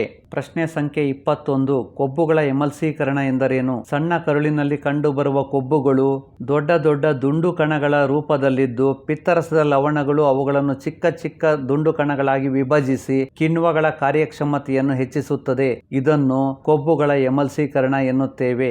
ಅಂದರೆ ಕೊಬ್ಬಿನ ದೊಡ್ಡ ದೊಡ್ಡ ಕಣಗಳು ಚಿಕ್ಕ ಚಿಕ್ಕ ಕಣಗಳಾಗಿ ವಿಭಜನೆಯಾಗುವುದನ್ನು ಕೊಬ್ಬುಗಳ ಎಮಲ್ಸೀಕರಣ ಎನ್ನುತ್ತೇವೆ. ಪ್ರಶ್ನೆ ಸಂಖ್ಯೆ 22. ಸ್ತನಿಗಳಲ್ಲಿ ಮತ್ತು ಪಕ್ಷಿಗಳಲ್ಲಿ ಆಕ್ಸಿಜನ್ ಯುಕ್ತ ಮತ್ತು ಆಕ್ಸಿಜನ್ ರಿಕ್ತ ರಕ್ತ ಪ್ರತ್ಯೇಕಿಸಲ್ಪಡುತ್ತದೆ ಏಕೆ? ಉತ್ತರ: ಸ್ತನಿಗಳು ಮತ್ತು ಪಕ್ಷಿಗಳು ಹೆಚ್ಚು ಚಟುವಟಿಕೆಯಿಂದ ಇರಲು ಹೆಚ್ಚು ಶಕ್ತಿಯ ಅವಶ್ಯಕತೆ ಇದೆ. ಪ್ರಶ್ನೆ ಸಂಖ್ಯೆ 23. ಅಪಧಮನಿಗಳು ದಪ್ಪವಾದ ಸ್ಥಿತಿಸ್ಥಾಪಕ ಭಿತ್ತಿಯನ್ನು ಹೊಂದಿವೆ ಏಕೆ? ಉತ್ತರ: ರಕ್ತವು ಹೃದಯದಿಂದ ಅತಿ ಹೆಚ್ಚಿನ ಒತ್ತಡದಲ್ಲಿ ಹೊರಹೊಮ್ಮುವುದರಿಂದ ಅಪಧಮನಿಗಳು ದಪ್ಪವಾದ ಸ್ಥಿತಿಸ್ಥಾಪಕ ಭಿತ್ತಿಯನ್ನು ಹೊಂದಿವೆ. ಪ್ರಶ್ನೆ ಸಂಖ್ಯೆ 24. ಅಭಿಧಮನಿಗಳು ದಪ್ಪವಾದ ಸ್ಥಿತಿಸ್ಥಾಪಕ ಭಿತ್ತಿಯನ್ನು ಹೊಂದಿಲ್ಲ ಏಕೆ? ಉತ್ತರ: ರಕ್ತವು ಅಭಿಧಮನಿಗಳಲ್ಲಿ ಹರಿಯುವಾಗ ದೀರ್ಘಕಾಲದವರೆಗೆ ಒತ್ತಡದಲ್ಲಿರುವುದಿಲ್ಲ. ಆದ್ದರಿಂದ ಅಭಿಧಮನಿಗಳು ದಪ್ಪವಾದ ಸ್ಥಿತಿಸ್ಥಾಪಕ ಭಿತ್ತಿಯನ್ನು ಹೊಂದಿಲ್ಲ. ಪ್ರಶ್ನೆ ಸಂಖ್ಯೆ 25. ಕಿರುತಟ್ಟೆಗಳ ಕಾರ್ಯವೇನು? ದೇಹದಾದ್ಯಂತ ಸಂಚರಿಸಿ ಗಾಯವಾದ ಪ್ರದೇಶಗಳಲ್ಲಿ ರಕ್ತವು ಹೆಪ್ಪುಗಟ್ಟುವಂತೆ ಮಾಡುತ್ತದೆ. ಅಂದರೆ ಕಿರುತಟ್ಟೆಗಳು ರಕ್ತ ಹೆಪ್ಪುಗಟ್ಟುವಿಕೆಗೆ ಸಹಾಯ ಮಾಡುತ್ತವೆ. ಪ್ರಶ್ನೆ ಸಂಖ್ಯೆ 26. ಇಮ್ಮಡಿ ಪರಿಚಲನೆ ಎಂದರೇನು? ರಕ್ತವು ದೇಹದಲ್ಲಿ ಒಂದು ಬಾರಿ ಸಂಪೂರ್ಣವಾಗಿ ಪರಿಚಲನೆಗೊಳ್ಳಲು ಹೃದಯವನ್ನು 2 ಬಾರಿ ಹಾದು ಹೋಗುತ್ತದೆ. ಇದನ್ನು ಇಮ್ಮಡಿ ಪರಿಚಲನೆ ಎನ್ನುತ್ತೇವೆ. ಪ್ರಶ್ನೆ ಸಂಖ್ಯೆ 27. ನೆಫ್ರಾನ್ಗಳು ಎಂದರೇನು? ಮೂತ್ರಪಿಂಡದಲ್ಲಿ ಒತ್ತೊತ್ತಾಗಿ ಜೋಡಿಸಲ್ಪಟ್ಟಿರುವ ಸೋಸುವ ಘಟಕಗಳನ್ನು ನೆಫ್ರಾನ್ಗಳು ಎನ್ನುತ್ತೇವೆ. ಅಥವಾ ಮೂತ್ರಜನಕಾಂಗದ ರಚನಾತ್ಮಕ ಮತ್ತು ಕಾರ್ಯಾತ್ಮಕ ಮೂಲ ಘಟಕಗಳನ್ನು ನೆಫ್ರಾನ್ಗಳು ಎನ್ನುತ್ತೇವೆ. ಅಥವಾ ಮೂತ್ರಪಿಂಡಗಳ ಘಟಕಗಳನ್ನು ನೆಫ್ರಾನ್ಗಳು ಎನ್ನುತ್ತೇವೆ. ಪ್ರಶ್ನೆ ಸಂಖ್ಯೆ 28. ಹೆಚ್ಚು ಸಂಕೀರ್ಣ ಸಸ್ಯಗಳ ಸಾಗಾಣಿಕಾ ವ್ಯವಸ್ಥೆಯ ಘಟಕಗಳು ಯಾವುವು? ಉತ್ತರ: ಝೈಲಮ್ ಮತ್ತು ಫ್ಲೋಯಂ. ಪ್ರಶ್ನೆ ಸಂಖ್ಯೆ 29. ನಮ್ಮ ದೇಹದಲ್ಲಿ ಹಿಮೋಗ್ಲೋಬಿನ್ ಕೊರತೆಯಿಂದ ಉಂಟಾಗಬಹುದಾದ ಸಮಸ್ಯೆಗಳೇನು? ಉತ್ತರ: ಹಿಮೋಗ್ಲೋಬಿನ್ ಕೊರತೆಯಿಂದ ಆಕ್ಸಿಜನ್ ಸಾಗಾಣಿಕೆಯಲ್ಲಿ ಕೊರತೆ ಉಂಟಾಗುವುದು. ಈ ಪರಿಸ್ಥಿತಿಯನ್ನು ಅನಿಮಿಯಾ ಎನ್ನುತ್ತೇವೆ. ಪ್ರಶ್ನೆ ಸಂಖ್ಯೆ 30. ಒಂದು ಸಸ್ಯದ ಝೈಲಮ್ ಅಂಗಾಂಶವನ್ನು ಹೊರತೆಗೆದರೆ ಏನಾಗುತ್ತದೆ? ಉತ್ತರ: ಸಸ್ಯ ದೇಹಕ್ಕೆ ನೀರು ಸರಬರಾಜಾಗುವುದಿಲ್ಲ. ಸಸ್ಯಗಳು ಆಹಾರ ತಯಾರಿಸುವುದಿಲ್ಲ. ಪ್ರಶ್ನೆ ಸಂಖ್ಯೆ 31. ವಿಲ್ಲೈಗಳು ಎಂದರೇನು? ಉತ್ತರ: ಸಣ್ಣ ಕರುಳಿನಲ್ಲಿ ಕಂಡುಬರುವ ಬೆರಳಿನಂತಹ ರಚನೆಗಳಿಗೆ ವಿಲ್ಲೈಗಳು ಎನ್ನುತ್ತೇವೆ. ಇವು ಜೀರ್ಣವಾದ ಆಹಾರವನ್ನು ಹೀರಿಕೊಳ್ಳಲು ಸಹಾಯ ಮಾಡುತ್ತವೆ. ಪ್ರಶ್ನೆ ಸಂಖ್ಯೆ 32. ಆಲ್ವಿಯೋಲೈಗಳು ಎಂದರೇನು? ಶ್ವಾಸಕೋಶಗಳಲ್ಲಿ ಕಂಡುಬರುವ ಬಲೂನಿನಂತಹ ರಚನೆಗಳಿಗೆ ಆಲ್ವಿಯೋಲೈಗಳು ಎನ್ನುತ್ತೇವೆ. ಪ್ರಶ್ನೆ ಸಂಖ್ಯೆ 33. ದ್ಯುತಿ ಸಂಶ್ಲೇಷಣೆ ಎಂದರೇನು? ಸಸ್ಯಗಳು ಕಾರ್ಬನ್ ಡೈಆಕ್ಸೈಡ್ ಮತ್ತು ನೀರನ್ನು ಉಪಯೋಗಿಸಿಕೊಂಡು ಪತ್ರಹರಿತ್ತು ಅಥವಾ ಕ್ಲೋರೋಫಿಲ್ ಹಾಗೂ ಸೂರ್ಯನ ಬೆಳಕಿನ ಸಹಾಯದಿಂದ ತಮ್ಮ ಆಹಾರವನ್ನು ತಾವೇ ತಯಾರಿಸಿಕೊಳ್ಳುತ್ತವೆ. ಈ ಕ್ರಿಯೆಗೆ ದ್ಯುತಿ ಸಂಶ್ಲೇಷಣೆ ಎನ್ನುತ್ತೇವೆ. ಪ್ರಶ್ನೆ ಸಂಖ್ಯೆ 34. ಕೋಶೀಯ ಉಸಿರಾಟದ ಮೊದಲ ಹಂತದಲ್ಲಿ ಗ್ಲೂಕೋಸ್ ಅಣು ಕೋಶ ದ್ರವ್ಯದಲ್ಲಿ ಯಾವ ಅಣುವಾಗಿ ವಿಭಜಿಸಲ್ಪಡುತ್ತದೆ? ಉತ್ತರ: ಪೈರುವೇಟ್ ಅಣುವಾಗಿ ವಿಭಜಿಸಲ್ಪಡುತ್ತದೆ. ಪ್ರಶ್ನೆ ಸಂಖ್ಯೆ 35. ವಸ್ತು ಸ್ಥಾನಾಂತರಣ ಎಂದರೇನು? ಉತ್ತರ: ವಿಲೀನಗೊಳ್ಳಬಲ್ಲ ದ್ಯುತಿ ಸಂಶ್ಲೇಷಣೆಯ ಉತ್ಪನ್ನಗಳ ಸಾಗಾಣಿಕೆಯನ್ನು ವಸ್ತು ಸ್ಥಾನಾಂತರಣ ಎಂದು ಕರೆಯುತ್ತೇವೆ. ಅಥವಾ ಸಸ್ಯದ ಎಲೆ ಭಾಗದಲ್ಲಿ ತಯಾರಾದಂತಹ ಆಹಾರ ಸಸ್ಯದ ಎಲ್ಲಾ ಭಾಗಗಳಿಗೆ, ಅದರಲ್ಲೂ ಮುಖ್ಯವಾಗಿ ಬೇರಿನ ಭಾಗಕ್ಕೆ ಸಾಗಾಣಿಕೆಯಾಗುವುದನ್ನು ವಸ್ತು ಸ್ಥಾನಾಂತರಣ ಎನ್ನುತ್ತೇವೆ. ಪ್ರಶ್ನೆ ಸಂಖ್ಯೆ 36. ಬಾಷ್ಪ ವಿಸರ್ಜನೆ ಎಂದರೇನು? ಗಾಳಿಗೆ ತೆರೆದ ಸಸ್ಯದ ಭಾಗಗಳಿಂದ ಆವಿಯ ರೂಪದಲ್ಲಿ ನೀರು ನಷ್ಟವಾಗುವುದನ್ನು ಬಾಷ್ಪ ವಿಸರ್ಜನೆ ಎನ್ನುತ್ತೇವೆ. 2 ಅಂಕದ ಪ್ರಶ್ನೆಗಳಿಗೆ ಉತ್ತರಿಸೋಣ. ಪ್ರಶ್ನೆ ಸಂಖ್ಯೆ 1. ಜಠರದ ಗೋಡೆಗಳಲ್ಲಿ ಇರುವ ಗ್ರಂಥಿಗಳ ಸ್ರವಿಕೆಯನ್ನು ಹೆಸರಿಸಿ ಅವುಗಳ ಕಾರ್ಯ ತಿಳಿಸಿ. ಜಠರದ ಗೋಡೆಗಳಲ್ಲಿ ಇರುವ ಗ್ರಂಥಿಗಳ ಸ್ರವಿಕೆಯೇ ಹೈಡ್ರೋಕ್ಲೋರಿಕ್ ಆಮ್ಲ ಪೆಪ್ಸಿನ್ ಕಿಣ್ವದ ಕ್ರಿಯೆಯನ್ನು ಉತ್ತೇಜಿಸುತ್ತದೆ ಮತ್ತು ಆಮ್ಲೀಯ ಮಾಧ್ಯಮವನ್ನು ಉಂಟುಮಾಡುತ್ತದೆ. ಆಹಾರದಲ್ಲಿರುವ ರೋಗಾಣುಗಳನ್ನು ನಾಶ ಮಾಡುವುದರ ಜೊತೆಗೆ ಆಹಾರ ಜೀರ್ಣಕ್ರಿಯೆಗೆ ಸಹಾಯ ಮಾಡುತ್ತದೆ. ಪೆಪ್ಸಿನ್ ಪ್ರೋಟೀನ್ ಅನ್ನು ಜೀರ್ಣಿಸುತ್ತದೆ. ಲೋಳೆ ಜಠರದ ಗೋಡೆಗಳನ್ನು ಆಮ್ಲಗಳಿಂದ ರಕ್ಷಿಸುತ್ತದೆ. ಪ್ರಶ್ನೆ ಸಂಖ್ಯೆ 2. ಸ್ವಪೋಷಕಗಳಿಗೂ ಮತ್ತು ಪರಪೋಷಕಗಳಿಗೂ ಇರುವ ವ್ಯತ್ಯಾಸಗಳೇನು? ಸ್ವಪೋಷಕಗಳು ತಮ್ಮ ಆಹಾರವನ್ನು ತಾವೇ ತಯಾರಿಸಿಕೊಳ್ಳುತ್ತವೆ. ಉದಾಹರಣೆ: ಹಸಿರು ಸಸ್ಯಗಳು, ಶೈವಲಗಳು. ಪರಪೋಷಕಗಳು ಆಹಾರಕ್ಕಾಗಿ ಇತರ ಜೀವಿಗಳನ್ನು ಅವಲಂಬಿಸಿರುತ್ತವೆ. ಉದಾಹರಣೆ: ಶಿಲೀಂಧ್ರಗಳು, ಕೆಲವು ಬ್ಯಾಕ್ಟೀರಿಯಾಗಳು ಮತ್ತು ಪ್ರಾಣಿಗಳು. ಸ್ವಪೋಷಕಗಳು ಪತ್ರಹರಿತನ್ನು ಹೊಂದಿರುತ್ತವೆ. ಪರಪೋಷಕಗಳು ಪತ್ರಹರಿತನ್ನು ಹೊಂದಿರುವುದಿಲ್ಲ. ಉಪಪ್ರಶ್ನೆ ಸಂಖ್ಯೆ 1. ಮಾನವನ ಹೃದಯದ ಹೃತ್ಕುಕ್ಷಿಗಳು ದಪ್ಪ ಭಿತ್ತಿಯನ್ನು ಹೊಂದಿವೆ. ಏಕೆ? ಉತ್ತರ: ಹೃತ್ಕುಕ್ಷಿಗಳು ರಕ್ತವನ್ನು ಹಲವಾರು ಅಂಗಗಳಿಗೆ ಪಂಪ್ ಮಾಡಬೇಕಾಗಿರುವುದರಿಂದ. ಉಪಪ್ರಶ್ನೆ ಸಂಖ್ಯೆ 2. ಸ್ತನಿಗಳು ಮತ್ತು ಪಕ್ಷಿಗಳಲ್ಲಿ ಆಕ್ಸಿಜನ್ ಯುಕ್ತ ಮತ್ತು ಆಕ್ಸಿಜನ್ ರಿಕ್ತ ರಕ್ತವನ್ನು ಪ್ರತ್ಯೇಕಿಸುವುದು ಅವಶ್ಯಕ. ಏಕೆ? ಉತ್ತರ: ತಮ್ಮ ದೇಹದ ಉಷ್ಣತೆಯನ್ನು ಕಾಪಾಡಿಕೊಳ್ಳಲು ಅಧಿಕ ಶಕ್ತಿಯ ಅವಶ್ಯಕತೆ ಇರುವುದರಿಂದ. ಪ್ರಶ್ನೆ ಸಂಖ್ಯೆ 4. ಪತ್ರರಂಧ್ರಗಳು ಎಂದರೇನು? ಅವುಗಳ ಕಾರ್ಯವೇನು? ಉತ್ತರ: ಎಲೆಗಳ ಎಪಿಡರ್ಮಿಸ್ನ ಭಾಗದಲ್ಲಿ ಕಂಡುಬರುವ ಸಣ್ಣ ಸಣ್ಣ ರಂಧ್ರಗಳಿಗೆ ಪತ್ರರಂಧ್ರಗಳು ಎನ್ನುತ್ತೇವೆ. ದ್ಯುತಿ ಸಂಶ್ಲೇಷಣೆಯ ಉದ್ದೇಶಕ್ಕಾಗಿ ಎಲೆಗಳಲ್ಲಿ ಅನಿಲಗಳ ವಿನಿಮಯವು ಅಧಿಕ ಪ್ರಮಾಣದಲ್ಲಿ ಈ ಪತ್ರರಂಧ್ರಗಳ ಮೂಲಕ ಆಗುತ್ತದೆ. ಪತ್ರರಂಧ್ರಗಳ ಮೂಲಕ ಸಸ್ಯ ದೇಹದಿಂದ ಅಧಿಕ ಪ್ರಮಾಣದ ನೀರು ಕೂಡ ನಷ್ಟವಾಗುತ್ತದೆ. ಪತ್ರರಂಧ್ರಗಳು ಬಾಷ್ಪ ವಿಸರ್ಜನಾ ಕ್ರಿಯೆ ಮತ್ತು ಉಸಿರಾಟವನ್ನು ನಿಯಂತ್ರಿಸುತ್ತವೆ. ಪ್ರಶ್ನೆ ಸಂಖ್ಯೆ 5. ಪತ್ರರಂಧ್ರಗಳಲ್ಲಿರುವ ಕಾವಲು ಜೀವಕೋಶಗಳ ಕಾರ್ಯವೇನು? ಉತ್ತರ: ಪತ್ರರಂಧ್ರಗಳು ತೆರೆಯುವುದು ಮತ್ತು ಮುಚ್ಚುವುದು ಕಾವಲು ಜೀವಕೋಶಗಳ ಕಾರ್ಯವಾಗಿದೆ. ಇದರಿಂದ ಬಾಷ್ಪ ವಿಸರ್ಜನೆಯ ದರವನ್ನು ನಿಯಂತ್ರಿಸುತ್ತದೆ. ಕಾವಲು ಜೀವಕೋಶದೊಳಗೆ ನೀರು ಪ್ರವೇಶಿಸಿದಾಗ ಅವು ಉಬ್ಬುತ್ತವೆ ಮತ್ತು ಪತ್ರರಂಧ್ರಗಳು ತೆರೆಯಲು ಕಾರಣವಾಗುತ್ತವೆ. ಅದೇ ರೀತಿ ಕಾವಲು ಜೀವಕೋಶಗಳು ಮುದುಡಿದಾಗ ಪತ್ರರಂಧ್ರಗಳು ಮುಚ್ಚಿಕೊಳ್ಳುತ್ತವೆ. ಪ್ರಶ್ನೆ ಸಂಖ್ಯೆ 6. ಅಪಧಮನಿಗಳಿಗೂ ಮತ್ತು ಅಭಿಧಮನಿಗಳಿಗೂ ಇರುವ ವ್ಯತ್ಯಾಸಗಳೇನು? ಅಪಧಮನಿಗಳು ರಕ್ತವನ್ನು ಹೃದಯದಿಂದ ದೇಹದ ವಿವಿಧ ಅಂಗಗಳಿಗೆ ಕೊಂಡೊಯ್ಯುತ್ತವೆ. ಅಭಿಧಮನಿಗಳು ವಿಭಿನ್ನ ಅಂಗಗಳಿಂದ ರಕ್ತವನ್ನು ಸಂಗ್ರಹಿಸಿ ಹೃದಯಕ್ಕೆ ಮರಳಿ ತರುತ್ತವೆ. ಅಪಧಮನಿಗಳು ದಪ್ಪವಾದ ಸ್ಥಿತಿಸ್ಥಾಪಕ ಭಿತ್ತಿಯನ್ನು ಹೊಂದಿವೆ. ಅಭಿಧಮನಿಗಳು ದಪ್ಪವಾದ ಸ್ಥಿತಿಸ್ಥಾಪಕ ಭಿತ್ತಿಯನ್ನು ಹೊಂದಿಲ್ಲ. ಅಪಧಮನಿಗಳು ಅತಿ ಹೆಚ್ಚಿನ ಒತ್ತಡದಲ್ಲಿ ರಕ್ತವನ್ನು ಕೊಂಡೊಯ್ಯುತ್ತವೆ. ಅಭಿಧಮನಿಗಳು ಕಡಿಮೆ ಒತ್ತಡದಲ್ಲಿ ರಕ್ತವನ್ನು ಕೊಂಡೊಯ್ಯುತ್ತವೆ. ಅಪಧಮನಿಗಳು ಶುದ್ಧ ರಕ್ತನಾಳಗಳಾಗಿವೆ. ಅಭಿಧಮನಿಗಳು ಅಶುದ್ಧ ರಕ್ತನಾಳಗಳಾಗಿವೆ. ಅಪಧಮನಿಗಳು ಕವಾಟಗಳನ್ನು ಹೊಂದಿಲ್ಲ. ಅಭಿಧಮನಿಗಳು ಕವಾಟಗಳನ್ನು ಹೊಂದಿವೆ. ಪ್ರಶ್ನೆ ಸಂಖ್ಯೆ 7. ದೇಹದಲ್ಲಿ ಪರಿಚಲನೆಗೊಳ್ಳುವ ಬಣ್ಣರಹಿತ ದ್ರವ ಯಾವುದು? ಅದರ ಲಕ್ಷಣಗಳೇನು? ಉತ್ತರ: ದುಗ್ಧರಸ ಅಥವಾ ಅಂಗಾಂಶ ದ್ರವ. ಇದು ರಕ್ತದಲ್ಲಿನ ಪ್ಲಾಸ್ಮಾದಂತೆಯೇ ಇರುತ್ತದೆ, ಆದರೆ ಬಣ್ಣರಹಿತವಾಗಿದ್ದು ಕಡಿಮೆ ಪ್ರೋಟೀನ್ ಅನ್ನು ಹೊಂದಿರುತ್ತದೆ. ಇದು ಹೀಮೋಗ್ಲೋಬಿನ್ ಅನ್ನು ಹೊಂದಿರುವುದಿಲ್ಲ. ಪ್ರಶ್ನೆ ಸಂಖ್ಯೆ 8. ರಕ್ತ ಮತ್ತು ದುಗ್ಧರಸಗಳ ನಡುವಿನ ವ್ಯತ್ಯಾಸಗಳೇನು? ರಕ್ತ ಕೆಂಪು ಬಣ್ಣದಲ್ಲಿದೆ. ದುಗ್ಧರಸ ಬಣ್ಣರಹಿತವಾಗಿದೆ. ರಕ್ತ ಕೆಂಪು ರಕ್ತ ಕಣಗಳನ್ನು ಹೊಂದಿದೆ. ದುಗ್ಧರಸ ಕೆಂಪು ರಕ್ತ ಕಣಗಳನ್ನು ಹೊಂದಿಲ್ಲ. ರಕ್ತ ಹೆಚ್ಚು ಪ್ರೋಟೀನ್ ಅನ್ನು ಹೊಂದಿದೆ. ದುಗ್ಧರಸ ಕಡಿಮೆ ಪ್ರೋಟೀನ್ ಅನ್ನು ಹೊಂದಿದೆ. ರಕ್ತ ಆಕ್ಸಿಜನ್ ಮತ್ತು ಪೋಷಕಾಂಶವನ್ನು ದೇಹದ ಪ್ರತಿಯೊಂದು ಜೀವಕೋಶಗಳಿಗೂ ಸಾಗಿಸುತ್ತದೆ. ದುಗ್ಧರಸ ಜೀರ್ಣವಾದ ಮತ್ತು ಕರುಳಿನಿಂದ ಹೀರಲ್ಪಟ್ಟ ಕೊಬ್ಬನ್ನು ಸಾಗಿಸುತ್ತದೆ ಮತ್ತು ಜೀವಕೋಶದ ಹೊರಗಿರುವ ಅಧಿಕ ದ್ರವ ಪದಾರ್ಥಗಳನ್ನು ಮರಳಿ ರಕ್ತಕ್ಕೆ ಹರಿಯುವಂತೆ ಮಾಡುತ್ತದೆ. ರಕ್ತ ಹೀಮೋಗ್ಲೋಬಿನ್ ಅನ್ನು ಹೊಂದಿರುತ್ತದೆ. ದುಗ್ಧರಸ ಹೀಮೋಗ್ಲೋಬಿನ್ ಅನ್ನು ಹೊಂದಿರುವುದಿಲ್ಲ. ಪ್ರಶ್ನೆ ಸಂಖ್ಯೆ 9. ಕಪ್ಪೆಗಳು ಮತ್ತು ಹಲ್ಲಿಗಳ ದೇಹದ ಉಷ್ಣತೆಯು ವಾತಾವರಣದ ಉಷ್ಣತೆಯ ಮೇಲೆ ಅವಲಂಬಿತವಾಗಿರುತ್ತವೆ. ಸಮರ್ಥಿಸಿ. ಉತ್ತರ: ಕಪ್ಪೆಗಳು ಮತ್ತು ಹಲ್ಲಿಗಳು 3 ಕೋಣೆಗಳ ಹೃದಯವನ್ನು ಹೊಂದಿವೆ. ಆಕ್ಸಿಜನ್ ಯುಕ್ತ ಆಕ್ಸಿಜನ್ ರಿಕ್ತ ರಕ್ತವು ಹೃದಯದಲ್ಲಿ ಮಿಶ್ರಣವಾಗುತ್ತದೆ. ಶಕ್ತಿ ಉತ್ಪಾದನೆಯು ಸ್ವಲ್ಪ ಮಟ್ಟಿಗೆ ಕಡಿಮೆಯಾಗುತ್ತದೆ ಮತ್ತು ಸ್ಥಿರ ಉಷ್ಣತೆ ಕಾಪಾಡಿಕೊಳ್ಳಲು ಈ ಶಕ್ತಿಯು ಬಳಕೆಯಾಗುವುದಿಲ್ಲ. ಪ್ರಶ್ನೆ ಸಂಖ್ಯೆ 10. ಮಾನವನ ದೇಹದಲ್ಲಿಯ ಉಸಿರಾಟ ಚಕ್ರವನ್ನು ಸಂಕ್ಷಿಪ್ತವಾಗಿ ವಿವರಿಸಿ.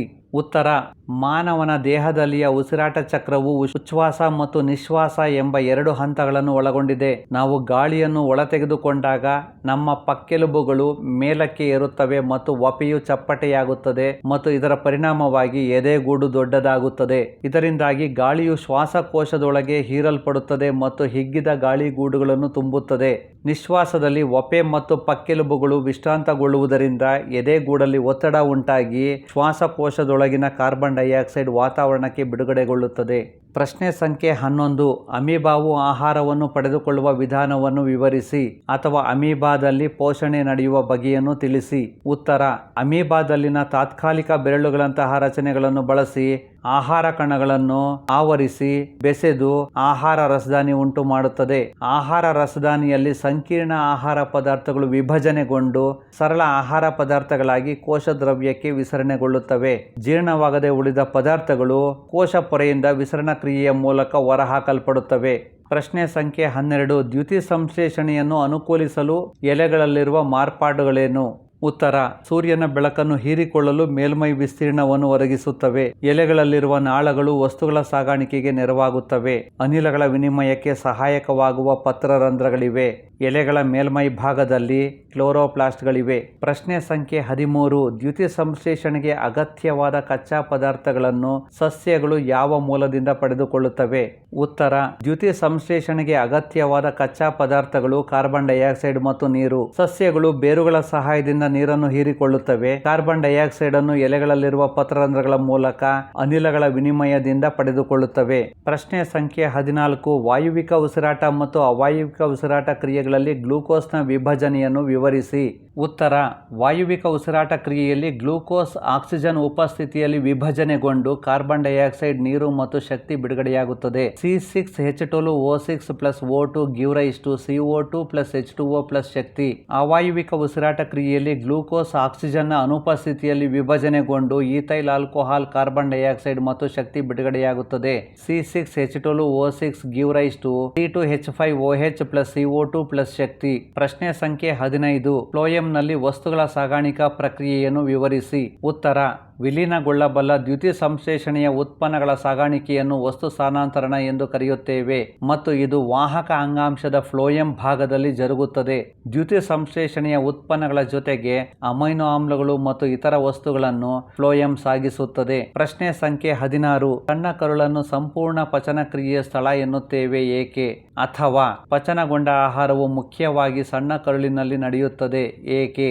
ಉತ್ತರ: ಕರುಳಿನ ರಸವು ಸ್ರವಿಸುವ ಅನೇಕ ಕಿಣ್ವಗಳ ಸಹಾಯದಿಂದ ಅಂತಿಮವಾಗಿ ಕಾರ್ಬೋಹೈಡ್ರೇಟ್ಗಳು, ಪ್ರೋಟೀನ್ಗಳು ಮತ್ತು ಕೊಬ್ಬುಗಳು ಸಂಪೂರ್ಣವಾಗಿ ಪಚನವಾಗುತ್ತವೆ. ಕಾರ್ಬೋಹೈಡ್ರೇಟ್ಗಳು ಗ್ಲೂಕೋಸ್ ಆಗಿ ಪರಿವರ್ತನೆಯಾಗುತ್ತವೆ, ಪ್ರೋಟೀನ್ಗಳು ಅಮೈನೋ ಆಮ್ಲಗಳಾಗಿ ಪರಿವರ್ತನೆಯಾಗುತ್ತವೆ, ಕೊಬ್ಬುಗಳು ಗ್ಲಿಸರಾಲ್ ಮತ್ತು ಕೊಬ್ಬಿನಾಮ್ಲಗಳಾಗಿ ಪರಿವರ್ತನೆಯಾಗುತ್ತವೆ. ಪ್ರಶ್ನೆ ಸಂಖ್ಯೆ 17. ಝೈಲಮ್ ಅಂಗಾಂಶವು ಸಸ್ಯಗಳ ಎತ್ತರದ ಭಾಗಗಳಿಗೆ ನೀರನ್ನು ಸಾಗಾಣಿಕೆ ಮಾಡುವ ತಂತ್ರವನ್ನು ವಿವರಿಸಿ. ಉತ್ತರ: ಸಸ್ಯವು ಸಾಕಷ್ಟು ನೀರಿನ ಪೂರೈಕೆಯನ್ನು ಹೊಂದಿದ್ದರೆ ಪತ್ರರಂಧ್ರಗಳ ಮೂಲಕ ನಷ್ಟವಾದ ನೀರು ಎಲೆಗಳಲ್ಲಿನ ಝೈಲಮ್ ನಳಿಕೆಗಳ ಮೂಲಕ ಮರುಪೂರೈಕೆಯಾಗುತ್ತದೆ. ಬಾಷ್ಪ ವಿಸರ್ಜನೆಯಿಂದ ಉಂಟಾದ ನೀರಿನ ನಷ್ಟವನ್ನು ಬೇರಿನಲ್ಲಿರುವ ಝೈಲಮ್ ಜೀವಕೋಶಗಳು ನೀರನ್ನು ಎಳೆದುಕೊಳ್ಳುವುದರಿಂದ ಸರಿದೂಗಿಸುತ್ತವೆ. ಬಾಷ್ಪ ವಿಸರ್ಜನೆಯು ಬೇರಿನಿಂದ ಎಲೆಗಳಿಗೆ ನೀರು ಮತ್ತು ಅದರಲ್ಲಿ ಕರಗಿರುವ ಲವಣಗಳ ಹೀರುವಿಕೆ ಮತ್ತು ಮೇಲ್ಮುಖ ಚಲನೆಗೆ ಸಹಾಯ ಮಾಡುತ್ತದೆ. ಪ್ರಶ್ನೆ ಸಂಖ್ಯೆ 18. ಸ್ವಯಂ ಪೋಷಣೆ ಮತ್ತು ಅಧೀನ ಪೋಷಣೆಗಳಿಗೆ ಅಂದರೆ ಸ್ವಪೋಷಣೆ ಮತ್ತು ಪರಪೋಷಣೆಗಳಿಗಿರುವ ವ್ಯತ್ಯಾಸಗಳನ್ನು ತಿಳಿಸಿ. ಸ್ವಯಂ ಪೋಷಣೆ ಅಥವಾ ಸ್ವಪೋಷಣೆ ತಮ್ಮ ಆಹಾರವನ್ನು ತಾವೇ ತಯಾರಿಸಿಕೊಳ್ಳುವ ವಿಧಾನ. ಅಧೀನ ಪೋಷಣೆ ಅಥವಾ ಪರಪೋಷಣೆ ಇತರ ಮೂಲಗಳಿಂದ ತಮ್ಮ ಆಹಾರವನ್ನು ಪಡೆದುಕೊಳ್ಳುವ ವಿಧಾನ. ಸ್ವಯಂ ಪೋಷಣೆ ಈ ವಿಧಾನದಲ್ಲಿ ಜೀವಿಗಳು ನಿರವಯವ ಮೂಲಗಳಿಂದ ಸರಳವಾದ ಆಹಾರ ವಸ್ತುಗಳನ್ನು ಕಾರ್ಬನ್ ಡೈಆಕ್ಸೈಡ್ ಮತ್ತು ನೀರು ರೂಪದಲ್ಲಿ ಬಳಸಿಕೊಳ್ಳುತ್ತವೆ. ಅಧೀನ ಪೋಷಣೆ ಈ ವಿಧಾನದಲ್ಲಿ ಜೀವಿಗಳು ಸಂಕೀರ್ಣ ವಸ್ತುಗಳನ್ನು ಸರಳ ವಸ್ತುಗಳಾಗಿ ವಿಭಜಿಸುತ್ತವೆ. ಸ್ವಯಂ ಪೋಷಣೆ ಆಹಾರ ತಯಾರಿಸಲು ಹೊರಗಿನ ಶಕ್ತಿಯ ಅವಶ್ಯಕತೆ ಇದೆ. ಅಧೀನ ಪೋಷಣೆ ಆಹಾರ ಸಂಶ್ಲೇಷಣೆಗೆ ಹೊರಗಿನ ಶಕ್ತಿಯ ಅವಶ್ಯಕತೆ ಇಲ್ಲ. ಸ್ವಯಂ ಪೋಷಣೆ ಕ್ಲೋರೋಫಿಲ್ನ ಅವಶ್ಯಕತೆ ಇದೆ. ಅಧೀನ ಪೋಷಣೆ ಕ್ಲೋರೋಫಿಲ್ನ ಅವಶ್ಯಕತೆ ಇಲ್ಲ. ಪ್ರಶ್ನೆ ಸಂಖ್ಯೆ 19. ಸಸ್ಯಗಳಲ್ಲಿ ಆಹಾರ ವಸ್ತುಗಳ ಸ್ಥಾನಾಂತರಣ ಕ್ರಿಯೆಯನ್ನು ವಿವರಿಸಿ. ಉತ್ತರ: ಆಹಾರ ವಸ್ತುಗಳ ಸ್ಥಾನಾಂತರಣ ಕ್ರಿಯೆಯು ಸಸ್ಯಗಳ ಫ್ಲೋಯಂ ಅಂಗಾಂಶದಲ್ಲಿ ಜರುಗುತ್ತದೆ. ಈ ಕ್ರಿಯೆಯು ಜರಡಿನಾಳ ಮತ್ತು ಪಾರ್ಶ್ವ ಸಂಗಾತಿ ಜೀವಕೋಶಗಳ ಸಹಾಯದಿಂದ ಮೇಲ್ಮುಖ ಹಾಗೂ ಕೆಳಮುಖ ದಿಕ್ಕುಗಳಲ್ಲಿ ನಡೆಯುತ್ತದೆ. ಅಭಿಸರಣ ಒತ್ತಡದಿಂದ ಈ ಕ್ರಿಯೆಯನ್ನು ಸಾಧಿಸಲಾಗುತ್ತದೆ.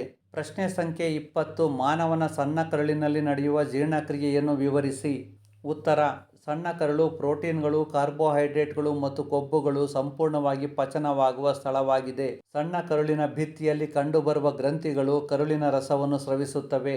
ಸಣ್ಣ ಕರುಳಿನಲ್ಲಿರುವ ಕಿಣ್ವಗಳು ಪ್ರೋಟೀನ್ ಅನ್ನು ಅಮೈನೋ ಆಮ್ಲಗಳಾಗಿ, ಸಂಕೀರ್ಣ ಕಾರ್ಬೋಹೈಡ್ರೇಟ್ಗಳನ್ನು ಗ್ಲೂಕೋಸ್ ಆಗಿ ಹಾಗೂ ಕೊಬ್ಬುಗಳನ್ನು ಕೊಬ್ಬಿನಾಮ್ಲ ಮತ್ತು ಗ್ಲಿಸರಾಲ್ ಆಗಿ ಪರಿವರ್ತಿಸುತ್ತವೆ. ಜೀರ್ಣವಾದ ಆಹಾರವು ಸಣ್ಣ ಕರುಳಿನಲ್ಲಿರುವ ವಿಲ್ಲೈಗಳಿಂದ ಹೀರಲ್ಪಡುತ್ತವೆ. ಪ್ರಶ್ನೆ ಸಂಖ್ಯೆ 21. ಕೆಳಗೆ ಕೊಟ್ಟಿರುವ ಚಿತ್ರಗಳು 3 ಬೇರೆ ಬೇರೆ ಪ್ರಾಣಿಗಳ ಹೃದಯಗಳನ್ನು ಪ್ರತಿನಿಧಿಸುತ್ತವೆ. ಅದನ್ನು ಗಮನಿಸಿ ಮತ್ತು ಪ್ರಶ್ನೆಗೆ ಉತ್ತರಿಸಿ. ಇವುಗಳಲ್ಲಿ ಯಾವ ಹೃದಯವು ಅಧಿಕ ಶಕ್ತಿ ಅವಶ್ಯಕತೆ ಇರುವ ಪ್ರಾಣಿಗಳಿಗೆ ಉಪಯುಕ್ತ ಏಕೆ? ಉತ್ತರ: ಹೃದಯ 2. ಆಕ್ಸಿಜನ್ ಯುಕ್ತ ಮತ್ತು ಆಕ್ಸಿಜನ್ ರಿಕ್ತ ರಕ್ತವು ಮಿಶ್ರಣವಾಗುವುದಿಲ್ಲ. ದೇಹಕ್ಕೆ ಸಮರ್ಥ ಆಮ್ಲಜನಕದ ಪೂರೈಕೆಯಾಗುತ್ತದೆ. ದೇಹದ ಉಷ್ಣತೆ ಸ್ಥಿರವಾಗಿ ಕಾಪಾಡಿಕೊಳ್ಳಲು ಸಹಾಯಕವಾಗುತ್ತದೆ. ಹೆಚ್ಚಿನ ಶಕ್ತಿ ದೊರೆಯುತ್ತದೆ. ಪ್ರಶ್ನೆ ಸಂಖ್ಯೆ 22. X ಮತ್ತು Y ಪ್ರಾಣಿಗಳ ಸಣ್ಣ ಕರುಳಿನ ಅಂದಾಜು ಉದ್ದಗಳನ್ನು ಕೋಷ್ಟಕದಲ್ಲಿ ನೀಡಲಾಗಿದೆ. ಅದನ್ನು ಗಮನಿಸಿ ಮತ್ತು ಪ್ರಶ್ನೆಗೆ ಉತ್ತರಿಸಿ. ಪ್ರಾಣಿ X ಸಣ್ಣ ಕರುಳಿನ ಅಂದಾಜು ಉದ್ದ 20 ರಿಂದ 40 ಅಡಿಗಳು. ಪ್ರಾಣಿ Y ಸಣ್ಣ ಕರುಳಿನ ಅಂದಾಜು ಉದ್ದ 5 ರಿಂದ 8 ಅಡಿಗಳು. ಕೋಷ್ಟಕದಲ್ಲಿರುವ ಸಸ್ಯಾಹಾರಿ ಮತ್ತು ಮಾಂಸಾಹಾರಿ ಪ್ರಾಣಿಗಳನ್ನು ಗುರುತಿಸಿ ಮತ್ತು ನಿಮ್ಮ ತೀರ್ಮಾನವನ್ನು ವೈಜ್ಞಾನಿಕ ಕಾರಣಗಳೊಂದಿಗೆ ಪುಷ್ಟೀಕರಿಸಿ.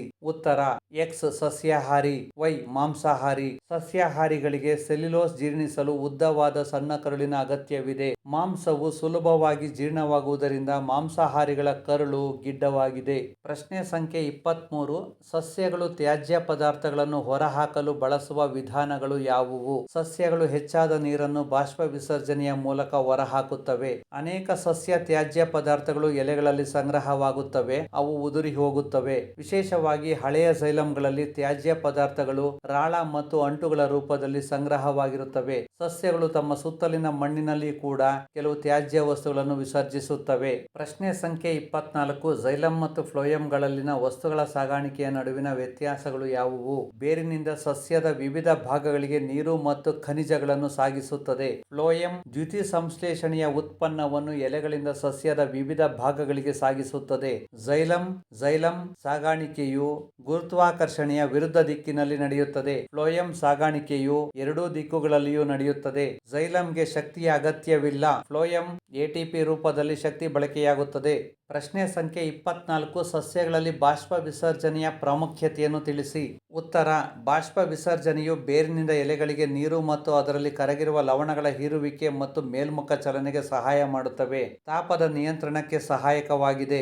ಬಾಷ್ಪ ವಿಸರ್ಜನೆಯ ಸೆಳೆತದಿಂದ ಝೈಲಂನಲ್ಲಿ ನೀರಿನ ಚಲನೆಗೆ ಕಾರಣವಾಗುತ್ತದೆ. ಪ್ರಶ್ನೆ ಸಂಖ್ಯೆ 25. ರಚನೆ ಮತ್ತು ಕಾರ್ಯನಿರ್ವಹಣೆಯ ಆಧಾರದ ಮೇಲೆ ಶ್ವಾಸಕೋಶಗಳಲ್ಲಿರುವ ಗಾಳಿಗೂಡುಗಳನ್ನು ಮತ್ತು ಮೂತ್ರಪಿಂಡಗಳಲ್ಲಿರುವ ನೆಫ್ರಾನ್ಗಳನ್ನು ಹೋಲಿಕೆ ಮಾಡಿ. ಗಾಳಿಗೂಡುಗಳು ಶ್ವಾಸಕೋಶಗಳಲ್ಲಿರುವ ಬಲೂನಿನಂತಹ ರಚನೆಗಳು. ನೆಫ್ರಾನ್ಗಳು ಮೂತ್ರಪಿಂಡಗಳಲ್ಲಿರುವ ನಳಿಕೆಯಾಕಾರದ ರಚನೆಗಳು. ಗಾಳಿಗೂಡುಗಳು ಹೆಚ್ಚು ತೆಳುವಾದ ಭಿತ್ತಿಯನ್ನು ಹೊಂದಿವೆ. ನೆಫ್ರಾನ್ಗಳು ದಪ್ಪ ಭಿತ್ತಿಯನ್ನು ಹೊಂದಿವೆ. ಗಾಳಿಗೂಡುಗಳ ವಿಶಾಲ ಮೇಲ್ಮೈ ಮೇಲೆ ಹೆಚ್ಚಿನ ರಕ್ತನಾಳಗಳಿದ್ದು ಆಕ್ಸಿಜನ್ ಮತ್ತು ದೇಹದಲ್ಲಿ ಉತ್ಪತ್ತಿಯಾದ ಕಾರ್ಬನ್ ಡೈಆಕ್ಸೈಡನ್ನು ವಿನಿಮಯ ಮಾಡಿಕೊಳ್ಳುವುದು. ನೆಫ್ರಾನ್ಗಳು ಅಪಧಮನಿಯ ಕವಲುಗಳ ಮೂಲಕ ರಕ್ತದಲ್ಲಿರುವ ತ್ಯಾಜ್ಯಗಳು ನೆಫ್ರಾನ್ಗೆ ಸೋಸಲ್ಪಡುತ್ತವೆ. ಮೂತ್ರದ ಉತ್ಪತ್ತಿಯ ಮೂಲಕ ತ್ಯಾಜ್ಯವನ್ನು ಹೊರಹಾಕುತ್ತವೆ.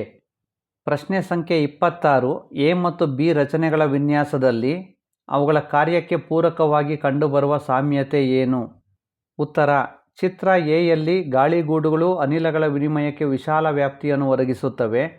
ಚಿತ್ರ ಬಿಯಲ್ಲಿ ಸಣ್ಣ ಕರುಳಿನ ಒಳಗೋಡೆಗಳು ವಿಲ್ಲೈಗಳೆಂಬ ಅಸಂಖ್ಯಾತ ಬೆರಳಿನಂತಹ ರಚನೆಗಳನ್ನು ಹೊಂದಿದ್ದು ಅವು ಆಹಾರವನ್ನು ಹೀರಿಕೊಳ್ಳಲು ಬೇಕಾದ ಮೇಲ್ಮೈ ಪ್ರದೇಶವನ್ನು ಹೆಚ್ಚಿಸುತ್ತವೆ. 3 ಅಂಕದ ಪ್ರಶ್ನೆಗಳಿಗೆ ಉತ್ತರಿಸೋಣ. ಪ್ರಶ್ನೆ ಸಂಖ್ಯೆ 1. ಕೆಳಗಿನ ಸಂದರ್ಭಗಳಲ್ಲಿ ಎಲ್ಲ ಜೀವಿಗಳಲ್ಲಿ ಪೋಷಣೆಯ ಉತ್ಪನ್ನವಾದ ಗ್ಲೂಕೋಸ್ ಹೇಗೆ ವಿಭಜನೆಗೊಳ್ಳುತ್ತದೆ? ಉಪಪ್ರಶ್ನೆ 1. ವಾತಾವರಣದ ಆಕ್ಸಿಜನ್ ಉಪಸ್ಥಿತಿಯಲ್ಲಿ. ಉಪಪ್ರಶ್ನೆ 2. ವಾತಾವರಣದ ಆಕ್ಸಿಜನ್ ಅನುಪಸ್ಥಿತಿಯಲ್ಲಿ.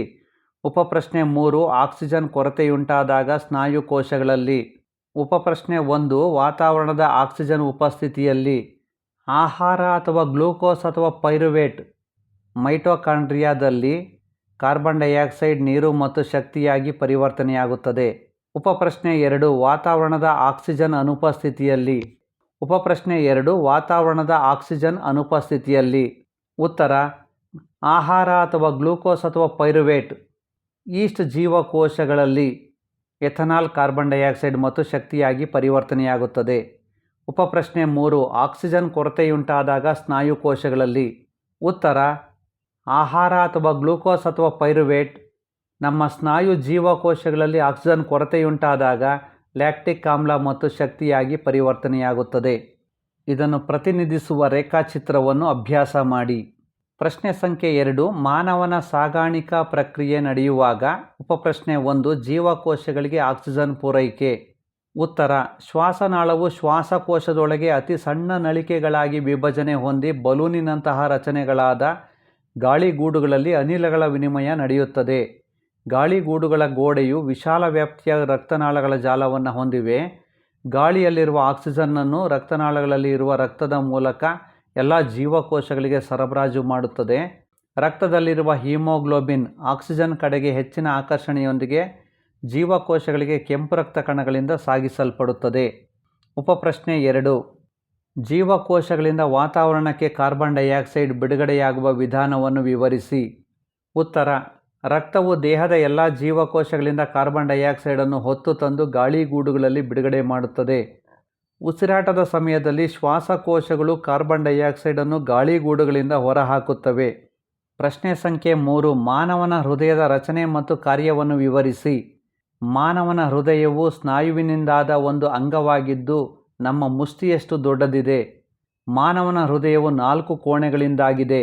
ಹೃದಯವು ಆಕ್ಸಿಜನ್ ಸಮೃದ್ಧ ರಕ್ತವನ್ನು ಕಾರ್ಬನ್ ಡೈಆಕ್ಸೈಡ್ ಯುಕ್ತ ರಕ್ತದೊಂದಿಗೆ ಮಿಶ್ರಣವಾಗದಂತೆ ತಡೆಯಲು ವಿಭಿನ್ನ ಕೋಣೆಗಳನ್ನು ಹೊಂದಿದೆ. ಮೇಲ್ಭಾಗದ ಕೋಣೆಗಳನ್ನು ಹೃತ್ಕರ್ಣಗಳು ಎಂದು, ಕೆಳಭಾಗದ ಕೋಣೆಗಳನ್ನು ಹೃತ್ಕುಕ್ಷಿಗಳು ಎಂದು ಕರೆಯುತ್ತೇವೆ. ಹೃದಯದ ಎಡಭಾಗ ಮತ್ತು ಬಲಭಾಗವನ್ನು ಸೆಪ್ಟಮ್ ಎಂಬ ಸ್ನಾಯುಕಪರಿಯು ಪ್ರತ್ಯೇಕಿಸುತ್ತದೆ. ಶ್ವಾಸಕೋಶಗಳಿಂದ ಆಕ್ಸಿಜನ್ ಸಮೃದ್ಧ ರಕ್ತವನ್ನು ಪಡೆದಾಗ ಹೃತ್ಕರ್ಣಗಳು ಸಡಿಲಗೊಳ್ಳುತ್ತವೆ.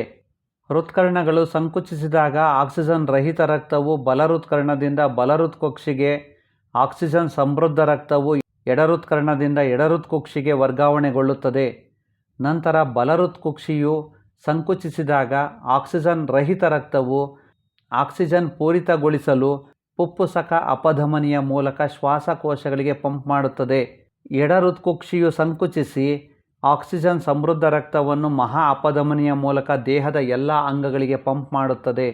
ಹೃತ್ಕರ್ಣಗಳು ಅಥವಾ ಹೃತ್ಕುಕ್ಷಿಗಳು ಸಂಕುಚಿಸಿದಾಗ ರಕ್ತವು ಹಿಮ್ಮುಖವಾಗಿ ಹರಿಯದಂತೆ ಕವಾಟಗಳು ನಿಯಂತ್ರಿಸುತ್ತವೆ.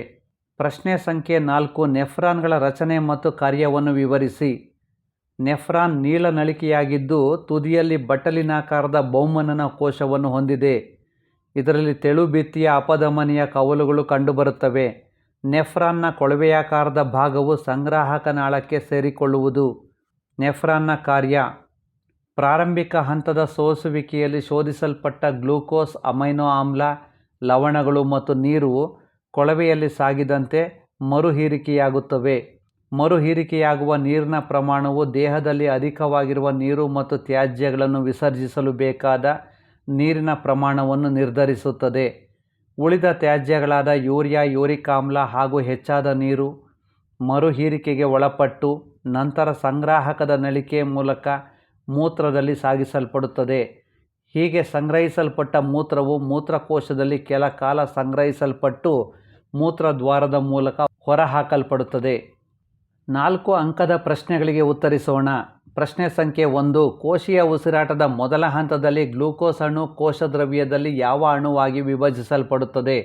ಉಸಿರಾಟದ ವಿಧಗಳನ್ನು ತಿಳಿಸಿ ಮತ್ತು ಅವುಗಳ ನಡುವಣ ಇರುವ ಯಾವುದಾದರೂ 2 ವ್ಯತ್ಯಾಸಗಳನ್ನು ಬರೆಯಿರಿ. ಉತ್ತರ: ಕೋಶೀಯ ಉಸಿರಾಟದ ಮೊದಲ ಹಂತದಲ್ಲಿ ಗ್ಲೂಕೋಸ್ ಅಣು ಕೋಶದ್ರವ್ಯದಲ್ಲಿ ಪೈರುವೇಟ್ ಅಣುವಾಗಿ ವಿಭಜಿಸಲ್ಪಡುತ್ತದೆ. ಉಸಿರಾಟದ 2 ವಿಧಗಳು ವಾಯುವಿಕ ಉಸಿರಾಟ ಮತ್ತು ಅವಾಯುವಿಕ ಉಸಿರಾಟ. ವಾಯುವಿಕ ಉಸಿರಾಟ ಮತ್ತು ಅವಾಯುವಿಕ ಉಸಿರಾಟಗಳ ನಡುವಿನ ವ್ಯತ್ಯಾಸಗಳು: ವಾಯುವಿಕ ಉಸಿರಾಟದಲ್ಲಿ ವಾತಾವರಣದ ಆಕ್ಸಿಜನ್ ಬಳಕೆಯಾಗುತ್ತದೆ. ಅವಾಯುವಿಕ ಉಸಿರಾಟದಲ್ಲಿ ವಾತಾವರಣದ ಆಕ್ಸಿಜನ್ ಬಳಕೆಯಾಗುವುದಿಲ್ಲ. ವಾಯುವಿಕ ಉಸಿರಾಟ ಆಕ್ಸಿಜನ್ ಸಹಾಯದಿಂದ ನಡೆಯುತ್ತದೆ. ಅವಾಯುವಿಕ ಉಸಿರಾಟ ಆಕ್ಸಿಜನ್ ಸಹಾಯವಿಲ್ಲದೆ ನಡೆಯುತ್ತದೆ.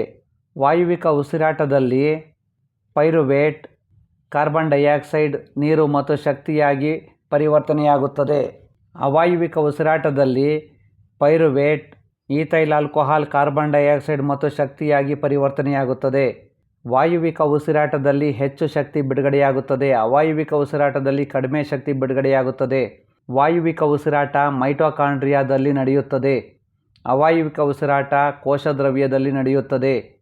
ವಾಯುವಿಕ ಉಸಿರಾಟ ಉನ್ನತ ಜೀವಿಗಳಲ್ಲಿ ಕಂಡುಬರುತ್ತದೆ. ಅವಾಯುವಿಕ ಉಸಿರಾಟ ಯೀಸ್ಟ್ನಂತಹ ಕೆಳವರ್ಗದ ಜೀವಿಗಳಲ್ಲಿ ಕಂಡುಬರುತ್ತದೆ. ಪ್ರಶ್ನೆ ಸಂಖ್ಯೆ 2. ದ್ಯುತಿಸಂಶ್ಲೇಷಣೆಗೆ ಅಗತ್ಯವಾದ ಅಂಶಗಳು ಯಾವುವು? ಈ ಪ್ರಕ್ರಿಯೆಯಲ್ಲಿ ಜರುಗುವ ಘಟನೆಗಳನ್ನು ತಿಳಿಸಿ. ಈ ಪ್ರಕ್ರಿಯೆಯನ್ನು ಸರಿದೂಗಿಸಿದ ರಾಸಾಯನಿಕ ಸಮೀಕರಣದ ಮೂಲಕ ವ್ಯಕ್ತಪಡಿಸಿ. ಉತ್ತರ: ದ್ಯುತಿಸಂಶ್ಲೇಷಣೆಗೆ ಅಗತ್ಯವಾದ ಅಂಶಗಳು ಕಾರ್ಬನ್ ಡೈಆಕ್ಸೈಡ್, ನೀರು, ಖನಿಜಗಳು, ಸೂರ್ಯನ ಬೆಳಕು ಮತ್ತು ಪತ್ರಹರಿತ್ತು ಅಥವಾ ಕ್ಲೋರೋಫಿಲ್. ದ್ಯುತಿಸಂಶ್ಲೇಷಣೆಯಲ್ಲಿ ಜರುಗುವ ಘಟನೆಗಳು: ಕ್ಲೋರೋಫಿಲ್ನಿಂದ ಬೆಳಕಿನ ಶಕ್ತಿಯನ್ನು ಹೀರಿಕೊಳ್ಳುವುದು. ಬೆಳಕಿನ ಶಕ್ತಿಯು ರಾಸಾಯನಿಕ ಶಕ್ತಿಯಾಗಿ ಪರಿವರ್ತನೆಯಾಗುವುದು. ನೀರಿನ ಅಣುಗಳು ಹೈಡ್ರೋಜನ್ ಮತ್ತು ಆಕ್ಸಿಜನ್ ಅಣುಗಳಾಗಿ ವಿಭಜಿಸಲ್ಪಡುವುದು. ಕಾರ್ಬನ್ ಡೈಆಕ್ಸೈಡ್ ಕಾರ್ಬೋಹೈಡ್ರೇಟ್ ಆಗಿ ಅಪಕರ್ಷಿಸಲ್ಪಡುವುದು. ದ್ಯುತಿಸಂಶ್ಲೇಷಣಾ ಕ್ರಿಯೆಯನ್ನು ಪ್ರತಿನಿಧಿಸುವ ರಾಸಾಯನಿಕ ಸಮೀಕರಣ 6CO2 + 12H2O. ಸೌರ ಬೆಳಕು ಕ್ಲೋರೋಫಿಲ್. C6H12O6 + 6CO2 + 6H2O. ಮಾನವನ ಹೃದಯದ ನೀಳಛೇದ ನೋಟವನ್ನು ತೋರಿಸುವ ಚಿತ್ರವನ್ನು ಬರೆದು ಭಾಗಗಳನ್ನು ಗುರುತಿಸಿ ಅಭ್ಯಾಸ ಮಾಡಿ. ನೆಫ್ರಾನ್ನ ರಚನೆಯನ್ನು ತೋರಿಸುವ ಚಿತ್ರವನ್ನು ಬರೆದು ಭಾಗಗಳನ್ನು ಗುರುತಿಸಿ ಅಭ್ಯಾಸ ಮಾಡಿ. ತೆರೆದ ಮತ್ತು ಮುಚ್ಚಿದ ಪತ್ರರಂಧ್ರಗಳನ್ನು ತೋರಿಸುವ ಚಿತ್ರವನ್ನು ಬರೆದು ಅಭ್ಯಾಸ ಮಾಡಿ. ಈ 3 ಚಿತ್ರಗಳು ಪರೀಕ್ಷಾ ದೃಷ್ಟಿಯಿಂದ ಮುಖ್ಯವಾಗಿವೆ. ಮಾನವನ ವಿಸರ್ಜನಾಂಗ ವ್ಯೂಹದ ಚಿತ್ರವನ್ನು ಪರೀಕ್ಷಾ ದೃಷ್ಟಿಯಿಂದ ಕೈಬಿಡಲಾಗಿದೆ. ವೀಕ್ಷಿಸಿದ್ದಕ್ಕೆ ಧನ್ಯವಾದಗಳು.